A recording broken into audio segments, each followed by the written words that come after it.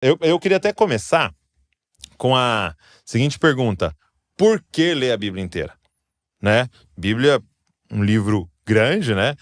Com muitas páginas aí, e talvez todo mundo que está aqui nos assistindo sempre ouviu isso, né? Vamos ler a Bíblia inteira, leia a Bíblia inteira, faz um plano de leitura.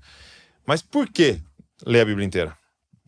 A Bíblia tem mais ou menos 1.600 anos, entre o primeiro autor e o último, tem mais de 40 autores, estilos totalmente diferentes, épocas diferentes, culturas diferentes, mas é o mesmo autor divino que inspira todos eles. E Deus não é aleatório, ele é sequencial. Ele criou história que tem um início, tem um fim. Então, para você entender o Novo Testamento, entender o Evangelho, você precisa saber o que eles sabiam quando eles ouviam o Evangelho, que é a lei e os profetas, o Velho Testamento.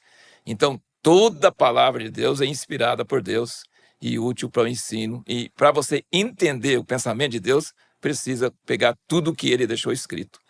Isso é muito interessante porque muitas vezes alguém que se converte, né? A gente fala para ele assim, a pessoa pergunta, eu quero ler a Bíblia, por onde eu começo? E eu já vi muita gente dando essa dica, vamos dizer assim, começa em Mateus, né? Ou começa em João. E um dia eu estava lendo os evangelhos e tal, e estava naquela passagem que Jesus chama Pedro, né? Jesus encontra ali Simão, né? Pedro tá lá pescando, não pega nada, e Jesus vem e fala, ó, joga a rede do outro lado, e aquele monte de peixe, e aí tá escrito assim, ó, e deixando os barcos, imediatamente o seguiram, né? E eu ali pensando, né, poxa, deixaram tudo, né, para seguir Jesus e tal. E me veio muito forte isso, essa questão. Por que deixaram tudo para seguir Jesus? Porque eles conheciam o Antigo Testamento inteiro. E eles sabiam que havia um Messias para vir. Eles estavam aguardando um Messias. Então, de alguma forma, eles pensaram, será que é? Talvez seja. E aí eles deixam e vão seguir Jesus. Então, ou seja, eles tinham um contexto, né? Para olhar para quem era Jesus, né? Se Deus achasse que só o Evangelho, só Jesus é importante, ele teria mandado ele primeiro. Mas não, como é que começa Mateus? Evangelho de Jesus Cristo, filho de Davi, filho de Abraão. Então está como se fosse pregado com uma grande parafuso e uma porca no Velho Testamento. Porque tem que surgir a pergunta, quem é Davi? Quem é Davi? Quem é Abraão? Quem é Abraão? Por quê? Por que Deus começou? Se Deus achou melhor começar com a lei e os profetas, antes de mandar Jesus, porque era necessário, porque não ia fazer uma coisa sem necessidade. Então é necessário que a gente tenha um panorama geral para que a gente possa usufruir de tudo que o Senhor está nos ensinando ali. Então, você até citou Romanos 12, né? Quais são outros textos que a própria Bíblia fala sobre a importância de ler a Bíblia? Né? Então, Deus fala com a pessoa para ler a palavra dele. Exato. Tipo assim, o autor da carta fala, você leu minha carta? Então aqui, Salmo 1:3, fala, bem-aventurado o homem que não anda segundo o conselho dos ímpios, nem se detém no caminho dos pecadores, nem se assenta na roda dos escarnecedores. Olha, você já pensou um canal que chama Fuxico Gospel? Quer dizer, maledicência leva para o inferno. Agora nós chamamos maledicência gospel? Como pode? Isso é andar no conselho dos ímpios, não se detém no caminho dos pecadores, nem se assenta na roda dos escarnecedores. Gente, o dia todo nós estamos abarroados e muitas pessoas ficam nas redes sociais e ficam assistindo coisa que não presta e falando da vida dos outros e coisa. Então, assim, não é que é pecado ou não, a questão é, bem-aventurado o homem que não é conformado com este mundo, com essa monte de informação que não precisa. Talvez não é pecado, mas não é... E é o conselho dos ímpios. Faça faculdade, seja assim, ganha dinheiro, faz as férias em tal lugar. Puxa, fulano tá feliz, mas não tá feliz com coisa nenhuma, né? Vai divorciar da mulher daqui uns dias, entendeu? Então, assim, umas coisas absurdas. Então, não faz isso. Antes tem o seu prazer na lei do Senhor. E na sua lei medita dia e noite.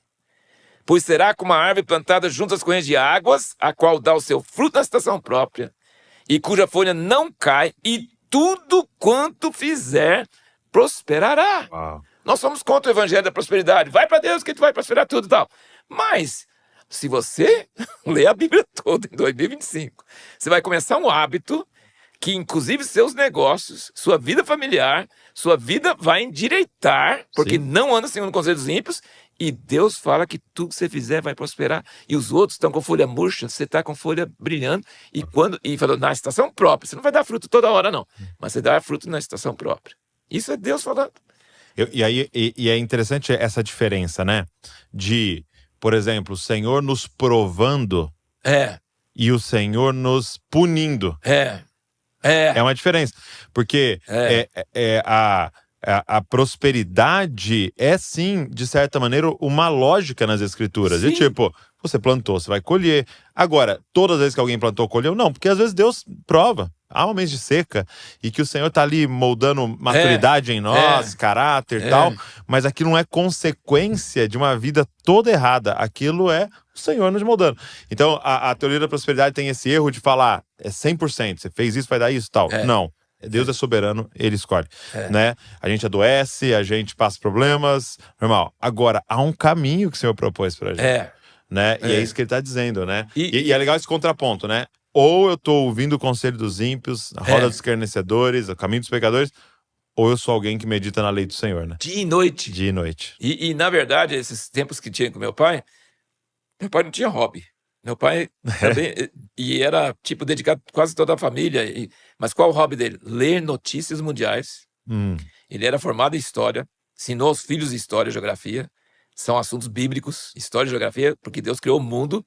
E ele é o que o Senhor da aconteceu na história, história e o que aconteceu em lugares são muito importantes. Para a gente entender a Bíblia, inclusive, muito importante. Mas você junta acontecimentos atuais e a Bíblia, você tem. E então não era só na hora do culto, era o tempo todo, ó. Aconteceu isso, lá em Israel aconteceu isso, aconteceu essa coisa, aconteceu aquilo, tá ligado com a Bíblia, entendeu? Então, assim, não é uma. E com a vida prática, Provérbios ali vai estar escrito todos os painéis nos fóruns da cidade, porque só conselho que te faz prosperar, entendeu? Dinheiro ganhado rápido, perde logo. Dinheiro ganhado devagar, permanece para sempre e é de herança para os filhos. Então, assim, tem uma série de coisas. Ali, né? E eu tenho experimentado na minha vida, e meus irmãos e tudo, que realmente, é igual você falou, não é que não tem provações, não é que tem problema, mas, gente, mesmo nas provações, você fala, eu estou prosperando. Né? Eu tive câncer no início do ano passado, estou fazendo tratamento, quimioterapia, mas eu não me arrependo de nada, eu estou bem. Então, eu estou prosperando no meio. Então, ele fala, por quê? Porque suas raízes estão lá na água. Você tem raízes lá. Você vai dar fruto toda hora? Não. Ele fala, na estação própria. Mas folhas não murcham e tudo quanto fizer prosperará. Muito forte isso, né? Tudo quanto fizer prosperará. Agora, Salmo 119, que aí é Davi ainda. Versículos 97, 99 e 103. Quanto amo a tua lei. Gente, não é o evangelho, é a lei. Ele não tinha o evangelho ainda. Sim. Ele amava a lei. Por saber que saiu do Senhor, né? Deus ensinou os 10 mandamentos. Deus deu a lei, os mandamentos sobre uma vida saudável, uma vida de fidelidade em casamento, uma vida que você não está fazendo sexo com todo mundo, você está com fidelidade, você tem felicidade. Não é para castigar o homem, não. Não é para te privar o homem de felicidade, não. Ele deu uma lei que é a chave da alegria, a chave da vitória. E ele fala assim, quanto amo a tua lei. Era a minha meditação o dia todo. O teu mandamento me faz mais sábio do que meus inimigos, pois está sempre comigo. Tenho mais entendimento que todos os meus mestres, porque os teus testemunhos são a minha meditação. Quão doces são as tuas palavras ao meu paladar, mais doces que o mel à minha boca. Você não deu vontade de ler a Bíblia agora? Não, eu preciso ler, eu preciso de mais um pouco de mel, né? E em Josué 1:8, aqui, Deus falou com Josué, primeiras palavras de capítulo 1, depois que Moisés morreu. Moisés é o homem que recebeu de Deus e que transmitiu e que escreveu os primeiros 5 livros da Bíblia, todo maravilhoso, e o José estava junto com ele, até ficar mais velho mesmo. E Deus falou com Josué, Deus falou com ele, Moisés, meu servo, é morto, e eu quero, saber o que é que você faz? Não se aparte da sua boca o livro dessa lei. Deus falando para ele ler a carta que ele escreveu. Não se aparte da sua boca o livro dessa lei, antes medita nele dia e noite, para que tenhas cuidado de fazer conforme tudo quando ele está escrito, porque então farás prosperar o teu caminho e serás bem-sucedido. Olha, isso é a palavra de Deus, gente. Agora, o penúltimo versículo aqui, Deuteronômio 17, 18. Falando, quando você tiver um rei, será também que quando se assentar sobre o trono do seu reino, escreverá para si num livro uma cópia dessa lei, do exemplar que está diante dos levitas e sacerdotes, e o terá consigo, e nele lerá todos os dias da sua vida. Minha mãe doente, deitada, velha, estava com Efésios escrito na parede, na mão, assim, e decorando. mesmo. Ela estava alimentando a mente, e ela conhecia essas coisas desde criança. Era velhinha, deitada na cama, e tinha os versículos lá escritos na parede para ela estar lendo. Ele fala assim, todos os dias da sua vida, para que aprenda a temer ao Senhor, seu Deus. Gente, quando você lê a Bíblia um pouquinho de manhã e pega os pensamentos de Deus, você muda suas decisões, você muda suas atitudes. E, principalmente, quando você para depois de ler, sublinha alguma palavra, alguma coisa que te chamou a atenção, e quando você para e fecha o olho e você, eu vou orar, aí você para um pouquinho, e o Espírito Santo começa a trazer algumas vibrações, você começa a falar assim, o pleno conhecimento de Deus, isso muda, e alguns pensamentos vêm na sua mente que não são suas, e que também não é exatamente o que você leu, mas o Espírito Santo traz para você. E isso muda suas atitudes durante o dia. E isso faz você prosperar. Então, assim, e falou, aprenda a temer o Senhor seu Deus e guardar todas as palavras dessa lei. E hoje, nossa leitura de hoje, era Hebreus 2, de 1 a 4, e eu vi esse versículo, acho que eu não tinha prestado atenção. Por isso convém atentarmos mais diligentemente para as coisas que ouvimos. Que é a Bíblia, você já ouviu muita coisa. Convém atentar mais diligente para as coisas que ouvimos, para que em tempo algum nos desviemos delas. Meu Deus.